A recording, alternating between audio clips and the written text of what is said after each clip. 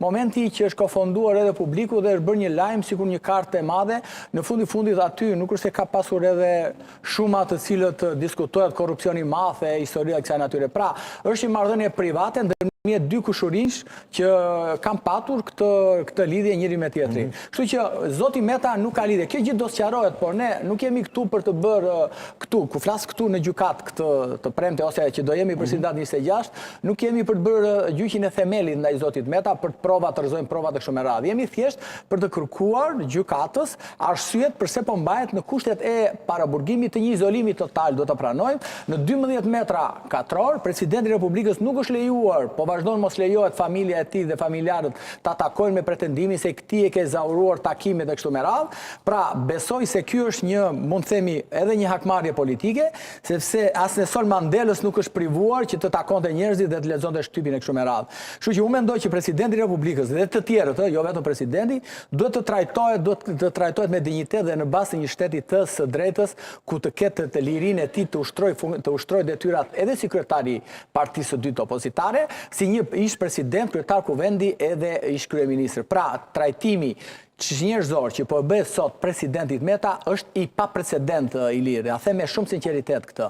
Mos e lejosh fëmijët, familjarët të shkojnë të atakojnë me 2 minuta me pretendimin se ti ke zauruar orët e takimit, kjo më duket shumë egzageruar. Prandaj çështjen ne po e kanalizojmë edhe politike, sepse kjo sjellje nuk është sjellje e spakut, as e gjykatësh. Kjo është sjellje e institucioneve shqiptare, drejtorisë përgjithshme burgjeve, e drejtorisë së burgut aty, e Ministrisë së Drejtësisë, edhe nga Jatullau Tiranës që është Edi Rama. Kështu që unë mendoj se kjo nuk e nderon Shqipërinë, nuk i nderon ato kapitujt që duhet të hapen, por të paraburgosurit duhet të kenë të drejtat e tyre. Qoftë ky presidenti i Republikës, po edhe qytetari thjesht. Prandaj përmenda këtë për ta sjellë në vëmendje. Poli, nuk e di nëse je në linjë. Jam. Po, Poli, tani avokati tha, unë jam gati që të lë pasurinë time si garanci që të bëjt mundur daljen e ish-presidentit Meta, siç edhe deklaroi pas daljes nga SPAK, edhe në këtë studio po thot, zoti Meta ka 0 pasuri, jashtë edhe brenda. A ke një koment lidhje me këtë? Po, me që po kuptoj unë është zoti Cakrani është avokati i parë, sidomos kur bëhet fjalë për politikanët. Ka qenë zoti Gjokutaj përpara se ishit ju? Jo. Tjetër gjë, është avokati i parë, do të thënë, i cili me sa kuptoj unë po punon pro bono, quhet, do të thënë pa pagesë. Se përderisa dhe ofron dhe ndihmë, patjetër që dhe ka 0 lek ish presidenti, patjetër do të thënë që dhe asistenca nuk e di, do të thënë, po unë kështu e kuptova që edhe mbrojtja do të thënë është pro bono, kështu quhet në shqip. Është pa pagesë. Kështu që në këtë kuptim e përgëzoj, sepse duket zoti Cakrani shquhet për atë përzierjen e profesionit të vet me patriotizmin, vjen nga një familje e madhe etj, dhe këtu ka zgjedhur të mbrojë një ish president të vendit. Nuk është mirë për Shqipërinë, që të shikojmë ish presidenta, ish kryeministra, do të thënë në këto situata. E them si qytetar. Pastaj gjithë çështjet e tjera, do të thënë fajsin, pa fajsin, kjo është një betejë mes prokurorisë, e cila do ndahet dhe mbrojtjes dhe të akuzuarve, e cila do ndahet besoj në një gjyq që do jetë i gjatë, siç do jetë gjyq për zotin Berisha, besoj që hapet më duket datë 30, më duket, s'jam i sigurt për datën, që do jetë gjyqe të hapura, edhe ju takon që t'jenë gjyqe të hapura, avokatët duhet të ngulin këmbë, kur them të hapura jo për popullin, po për mediat, sepse bëhet fjalë për gjyqe për ish kryeministër, ish president.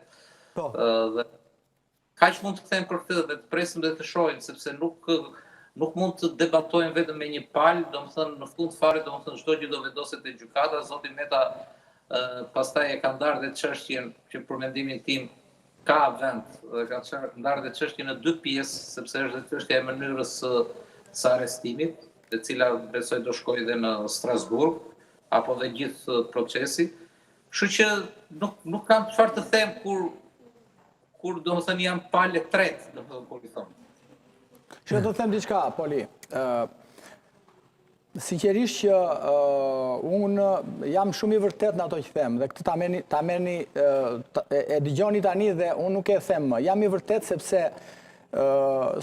deri sot që ne po flasim, mos harrojmë që zoti Meta kanë nën hetim prej dhjetorit të vitit 2019. Pra po bën afro 6 vite nën hetim.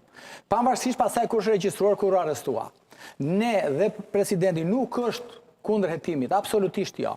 Ne aktualisht po bëjmë betejën përse po qëndron në kushtet e paraburgimit. Kjo është beteja jonë për momentin, sepse pse duhet të rrinë në kushtet e paraburgimit, kur ai nuk ka as rrezikshmëri për largim, sepse atë ditë po vinte nga Republika e Kosovës, po kthehej në Shqipëri. Dhe mbi të gjitha ishte 6 muaj që po flitej do arrestoj sot presidenti, do arrestoj nesër. Dhe kishte mundësinë që të largoj, sepse ai ishte regjistruar në regjistrin e veprave penale, pra si person në hetim, në datën 10/6/2024. Dhe është arrestuar 5 muaj me vonesë. Dhe ju po të shikoni gjithë verën e kaluar, nëpër media, nëpër banaqe televizive, kështu me radhë, të gjithë flisin do arrestohet sot, do arrestohet nesër.